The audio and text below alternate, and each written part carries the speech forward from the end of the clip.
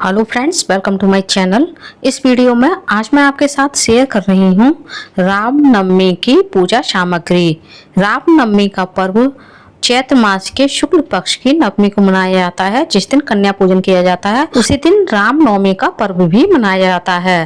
रामनवमी के दिन ही भगवान राम का जन्म हुआ था, तो इसे हम राम जन्मोत्सव के रूप में भी मनाते हैं। चलिए आइए देख लेते हैं रामनवमी की पूजा के लिए हमें किस किस सामग्री की आवश्यकता पड़ने वाली है। रामनवमी की पूजा के लिए सबसे पहले हमें चाहिए होगी एक लकड़ी की चौकी या पाटा।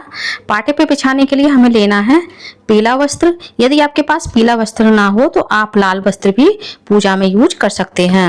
अब पूजा के लिए हमें चाहिए होगा भगवान राम का कोई फोटो या फिर मूर्ति। यदि आपके पास इस तरह की राम दरबार की फोटो है तो आप वो ले लें, नहीं है तो आप केवल राम भगवान की फोटो या मूर्ति भी पूजा में रख सकते हैं। इसके बाद भगवान राम का तिलक करने के लिए हमें चाहिए होगा चंदन। माता सीता को तिलक करने के लिए हमें लेना है कुमकुम। साथ ही हमें कुछ अक्षत भी चाहिए होंगे भगवान को आसन देने के लिए और पूजा में भगवान को तिलक में यूज करने के लिए। उसके बाद हमें लेना है इत्र, सभी भगवान को लगाने के लिए। अब हमें पूजा के लिए लेना है एक दीपक। ये दीपक आप घी से भी बना सकते हैं या फिर तिल के तेल से भी बना सकते हैं। अब हम लेंगे भगवान गणेश की मूर्ति। यदि आपके पास भगवान गणेश की मूर्ति ना हो तो आप सुपारी से गणेश जी बनाकर भी पूजा में स्थापित कर सकते हैं। अब हमें लेने हैं 2 जनेऊ, एक भगवान राम के लिए और एक गणेश जी के लिए। आप चाहें तो एक जनेऊ हनुमान जी के लिए भी ले सकते हैं। साथ ही हमें लेनी है वस्त्र रूप में भगवान को अर्पित करने के लिए मौली।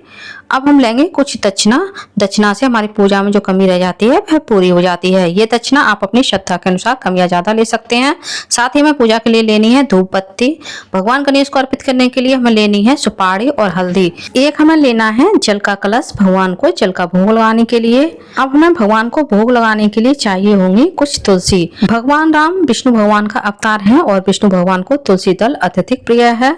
बिना तुलसी दल के भगवान कोई भी भोग ग्रहण नहीं करते हैं।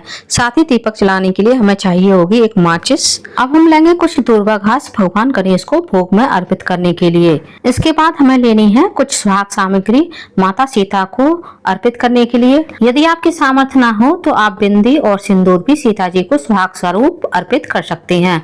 अब हमें कुछ दीपक लेने हैं भगवान राम के सामने दीपदान करने के लिए। ये दीपक आप आटे के, मिट्टी के या फिर किसी धातु के ले सकते हैं। दीपक कम से कम 5 आपको लेने हैं, अधिक से अधिक आप कितने भी ले सकते हैं।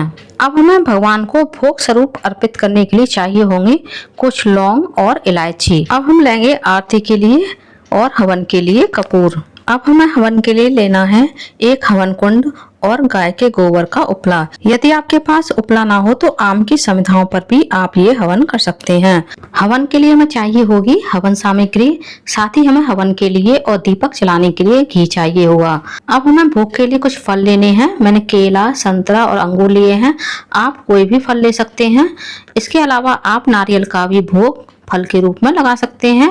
भोग के लिए मैंने मावा की बर्फी ली है, साथ ही मैंने नारियल की बर्फी ली है। इस दिन आप माखन, मिश्री और गुड़ चना का भी भोग भगवान राम को लगा सकते हैं। इसके अलावा इस दिन आपको रामचरितमानस की पूजा करनी चाहिए। साथ ही रामचरितमानस का आपको पाठ करना चाहिए।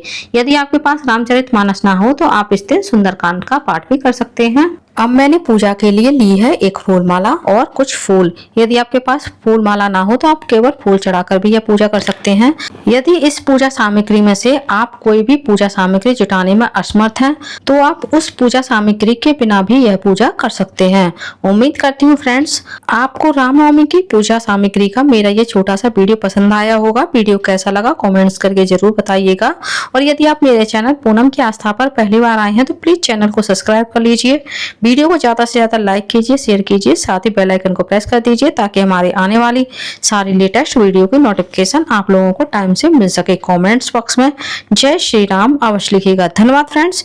जय श्री राम, सीताराम।